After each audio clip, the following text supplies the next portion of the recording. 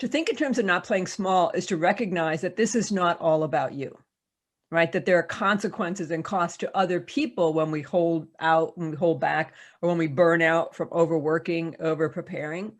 And so it's to recognize that we all have gifts and talents, and to hold back on those is to, the consequence for people that really kind of goes beyond us.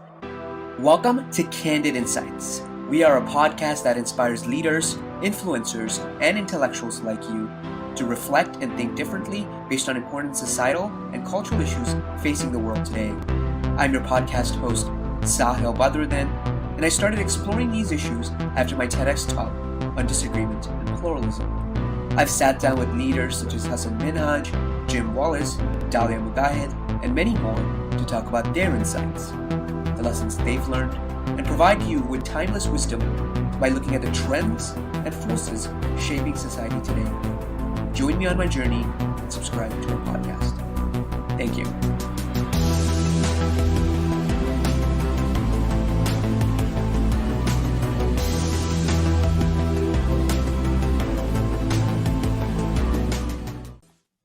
Welcome to Candid Insights. I'm your host, Sahil Badruddin, and today we have with us Valerie Young, an internationally known expert on imposter syndrome and author of the award-winning book, The Secret Thoughts of Successful Women. Valerie, thank you for joining us today. I'm really excited to be here, Sahil. Let's start with the basics. What is imposter syndrome? Actually, the more accurate term is the imposter phenomenon. Everybody calls it imposter syndrome. But the imposter phenomenon was a coined term in 1978 by two psychologists, Pauline Clance and Suzanne Imes. And basically what they found is that despite evidence to the contrary, and often overwhelming, compelling evidence of abilities and accomplishments, a lot of people deep down feel like they're really not as bright, capable, competent, qualified, talented as people think they are. And they, kind of chalk their success up to things like luck, timing, computer error. They just like me, connections, those kinds of things. So they explain away their successes and have a hard time owning their accomplishments. And the end result is this fear of being exposed or found out. And is there a difference between self-esteem and the imposter phenomenon? Yeah, that's a great question. They're not the same. Think of self-esteem as a kind of global sense we have about ourselves, but imposter syndrome is very specific to achievement arenas: work, school, business, career. You don't feel like an imposter when you're walking the dog or emptying the dishwasher, but you might in a meeting or on a podcast interview, or when you're, getting constructive criticism at work, or you get a big promotion. So some studies have connected the two. Other studies find no strong connection. So in other words, it's possible to have healthy self-esteem and still have imposter syndrome. And then what kind of behaviors does it manifest itself in? Yeah, that is another really great question, because most people focus on the feeling part, but it's not just an interesting self-help topic. And the reason is because there are behaviors associated with imposter syndrome. When you feel like an imposter, you have to find a way to both manage the anxiety of waiting for the other shoe to drop and to avoid being found out. So we have different coping and protecting mechanisms, like flying under the radar. So that's the person who doesn't step up, doesn't raise their hand, ask questions, go for more challenging opportunities. They don't start or grow their business, for example. On the other end of that continuum is people who overwork, over-prepare on everything that they do. But deep down, they feel like it's only because they have to work harder than other people. Chronic procrastination is another one. Never starting or finishing, because if you don't finish the degree or the paper or the business plan or the book or the painting, no one can judge you. No one will find out. Or different forms of self-sabotage. It could be showing up late to an important business meeting or a client meeting or interview, or it could be job hopping. It could be changing your major constantly at university, or alcohol or substance abuse. So it can manifest itself in lots of different ways. One of the things you say is if you want to stop feeling like an imposter, you have to stop thinking like an imposter. What have you found effective in doing that? You talk about reframing, and then are there other tips that have been successful? Yeah, well, the first step is to understand that, what everybody wants is to stop feeling like an imposter. But the reality is feelings are the last to change. And the only difference between people who feel like imposters and people who don't, because they're really no more intelligent, capable, competent than the rest of us, is just in the exact same situation where, we might feel like an imposter, they're thinking different thoughts. So people who don't feel like imposters, and I'm not talking about narcissistic, smartest guy in the room kind of person, but people who are genuinely humble, but have said, I've just never had these feelings. They think differently about three things: competence and what it means to be competent. They think and respond differently to failure, mistakes, and criticism. And they look at fear differently than people who feel like imposters. So it's a matter of, when you're having what I consider a normal imposter moment, kind of hitting the pause button and then stepping back and, become consciously aware of that conversation going on in your head, and then say, how would somebody who doesn't feel like an imposter, how would they think differently about what's happening right now?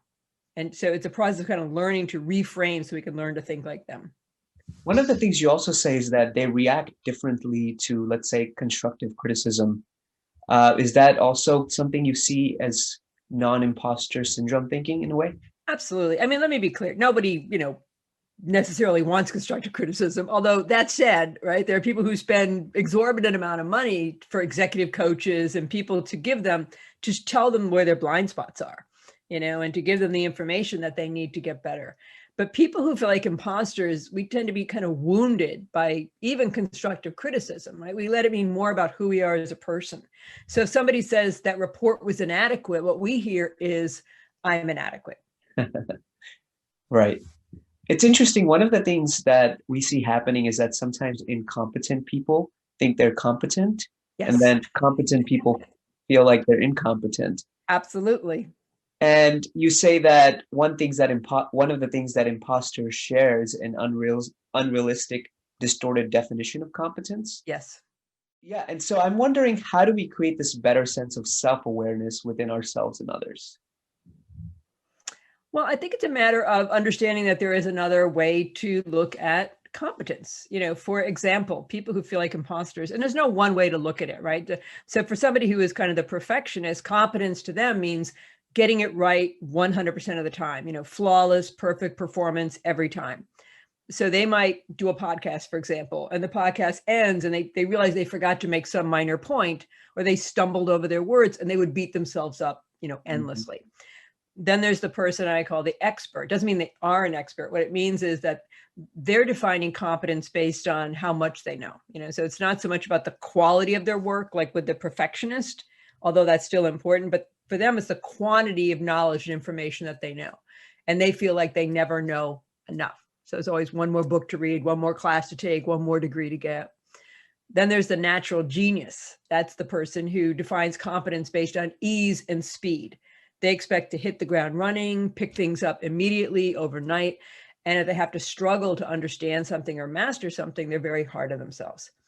The soloist, which, as it sounds, they think, I have to do it all by myself or it doesn't count. And asking for help or advice would indicate I must not really know what I'm doing.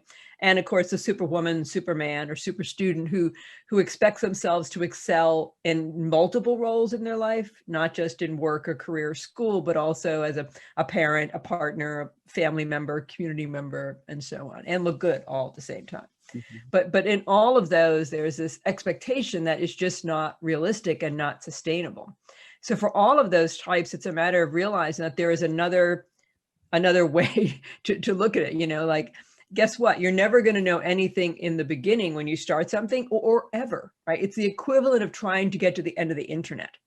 To realize that the wisest people in leadership and in any field, they ask for help. They seek out help. They don't think they're the smartest guy in the room. They surround themselves with people who are smarter than they are, quote unquote. I hate using that word smart, but the perfectionist, it's a matter of helping them realize you can still have high standards, right? The good news is they care deeply about the quality of their work. But there's a difference between perfectionism, where there's a lot of shame involved when you fall short, and a healthy drive to excel.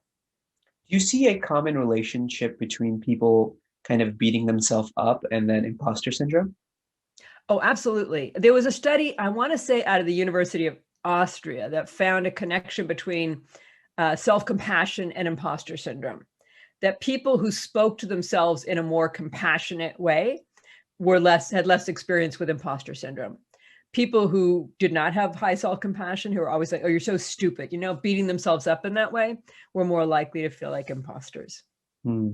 Which there's a good reframe. Can I just mention it right there? There's a good reframe. Like when people say, I'm so stupid, right? You walk out of a meeting, you go, oh, I'm so stupid. If you could just say to yourself, I felt so stupid. I mean, we all feel stupid, right? If you don't feel stupid in the next 24, 48 hours, I'm scared for you, because it means you're not learning anything. Yeah, I think one of the interesting things I think I saw once was if you don't feel embarrassed by how much you've grown in a year or two, then you haven't really grown that much, right? Yeah, that's great. Yeah. Uh, what are your perspectives on focusing on your strengths and weaknesses? Some say that you should be aware. Some say that you should be aware of your weaknesses, but then really focus on your strengths. Yeah, I mean, that seems logical to me. I think that when you feel like an imposter, you tend to focus primarily on your weaknesses. And again, we're very hard on ourselves for even very human faults. I mean, I look at I'm really good at like 2 or 3 things. I'm okay at 4 or 5 other things, and I suck at everything else. And I'm good with that. Right. So I think there's wisdom. What is it? Clint Eastwood said, a man's got to know his limitations. Right. And so do we. We're not going to excel at everything, and that's okay. One of the things you often say is that you may feel like a fraud, but in truth, your fear of being inadequate pales in comparison to your fear of being extraordinary. Yeah. What advice would you give to people about how to stop playing small? Well, yeah, and I think that is a great question, because to think in terms of not playing small is to recognize that this is not all about you, right? That there are consequences and costs to other people when we hold out, when we hold back, or when we burn out from overworking, over preparing. And so it's to recognize that we all have gifts and talents, and to hold back on those is to, the consequence for people that really kind of goes beyond us. And when I first kind of realized this, Sahil, I was in graduate school. I was procrastinating on finishing my dissertation. I had 600 pages of interview notes that I now had to make sense of and create a model around. And this friend of mine wrote me a letter and said, Valerie, you have to finish because you're learning things that could help a lot of people. And I remember thinking, oh my God, like people are waiting for me, right? How selfish am I? And I found it very motivating to connect my behavior and my results to other people and the impact on them. And it's actually been found to be true in business, that when people do that, when they can connect their behavior to a benefit to somebody on their team, for example, that it moves them past their own fear. Yeah, I want to shift our conversation to careers. You've done a lot of work on thinking outside the job box. Yes. And I believe in 1995, you founded Changing Course, an online, it was an online resource for people who want to make a living doing what they love without a job. Right. Well, 95, it started out as a hard copy newsletter because the World Wide Web wasn't quite there yet. But I went online in 1998. But yeah, I started in 95. This is really interesting to me because I feel like a lot of us really want to work on what our passions are and not, not really focus on a typical 9 to 5 day job. Right. What have you found effective in how making that shift? I think the first step is to not so much think about the work, but to think about what do you want your life to look like first. Like start there, and figure out what time do you want to get up. I used to always say, what time do you want to get up in the morning, until a client said, does it have to be the morning? But what time do you want to get up? Do you want to work with your hands, your heart, your body? Do you want to work with other people? Do you want to work, in a home office, at a cafe in Paris, on a boat outside? So once you can kind of figure out what you want your life to look like, then you can come up with ways to generate income that's going to allow you to have as much of that life as possible. And you know what? It might not be your passion. Because your passion might be that you want to live by the ocean, and you'll do any work. You don't care what the work is, because you want to get out of your corporate rut and live by the ocean. Mm-hmm. So sometimes I think the work can be a means to an end if it allows you to have the life that you want. And I think the passion part hangs up a lot of people because they find their passion, like, oh my God, I figured out what I want to do. I love this. And they get all busy and they start putting it in place. And then they run into something hard. They're like, oh, this sucks. Well, this must not be my passion, because they think it's supposed to feel like play. Like when you find your passion, it feels like play every day. Right. No, sometimes it feels like work. And then they go off in search of the next passion. And because sooner or later, it's going to feel like work. Right. I think one of the things Steve Jobs said, which I found really interesting, was that the reason why you want to kind of follow your passion is that when you run across something difficult, you won't give up, right? And it'll give you that energy and that motivation to just Right. forge forward. Right. And so I think people misunderstand that. I don't think anything in life comes easy, right? And so Right. But there is that school of thought, like when you find your calling, it won't feel like work. It'll feel like play. And a lot of people take that to heart. And I used to say to audiences, how many of you, it's going to feel like play every day? And they're like, yeah. And I say, well, good luck with that. Because that's the problem. I mean, I love standing on a stage and speaking in front of 3,000 people. I love it. Do I love standing in the security line at the airport and, checking in at midnight in my hotel? No, right? But you do the stuff you don't want to do to get to do the stuff that you do want to do. Fair. And I think it's always trade-offs, right? And I think it's percentages. That's the way I personally think about it. That absolutely. Nothing's 100%, but as you maximize that percentage of satisfaction, this will lead to happiness. Yeah. How do you, I think one of the other things they say is, it's not that you find your passion, it's you develop your passion. Have you found that to be true? I think it depends what it is. Sometimes it might be something that you don't really have to work that hard at, that comes relatively easy to you. I mean, putting it in place, if you're going to be self-employed, starting a business or something, then there's always going to be effort. But the reality is the more you do anything, the better you'll get. So yes, absolutely. People want to just start out immediately. They say, I want to be a speaker. What they mean is they want to like immediately just go out and be a speaker. Well, go practice, right? Go get some little tiny gigs and talk in front of 10 people and start there. Yeah, fair enough. Have you thought about, do you have any thoughts on the future of work? The future of what? Of work in general? Oh gosh. COVID has changed everything, of course. Yeah, it's going to be really interesting, Sahil, to see what happens in the next year, 2, 3 years in so many different areas.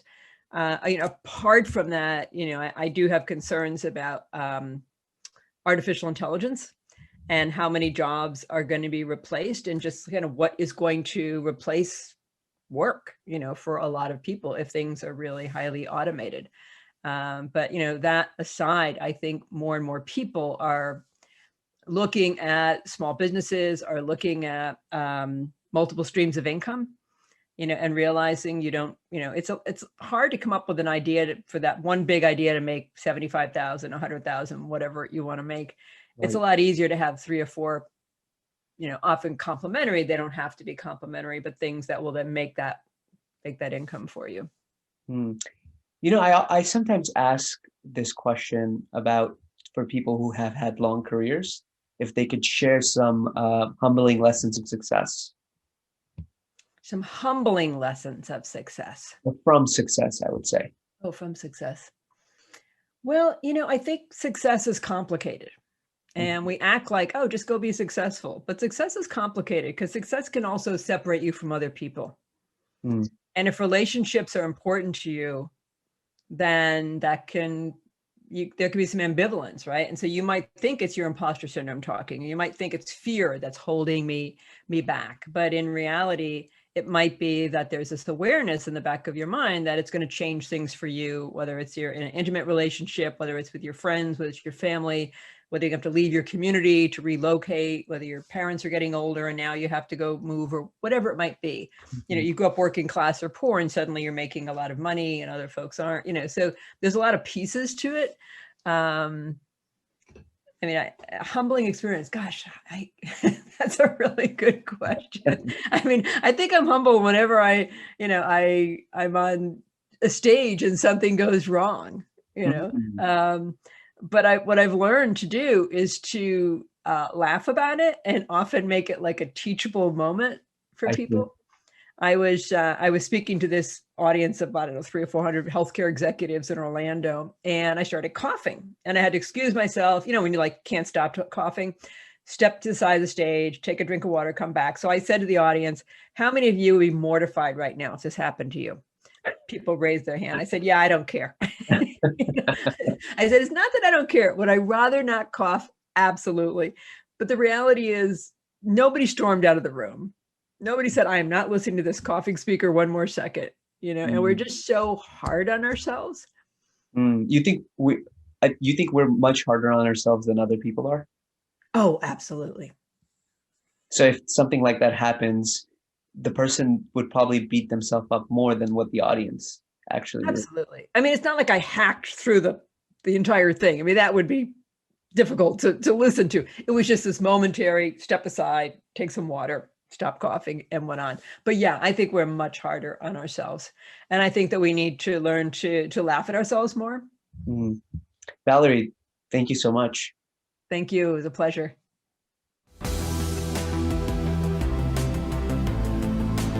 Thank you for listening to today's episode with Candid Insights. If you enjoyed it, don't forget to subscribe or follow us on social media for updates on future episodes. I'm your host, Sahil Badruddin, and for a transcript of this interview and others, visit my website at candidinsights.co.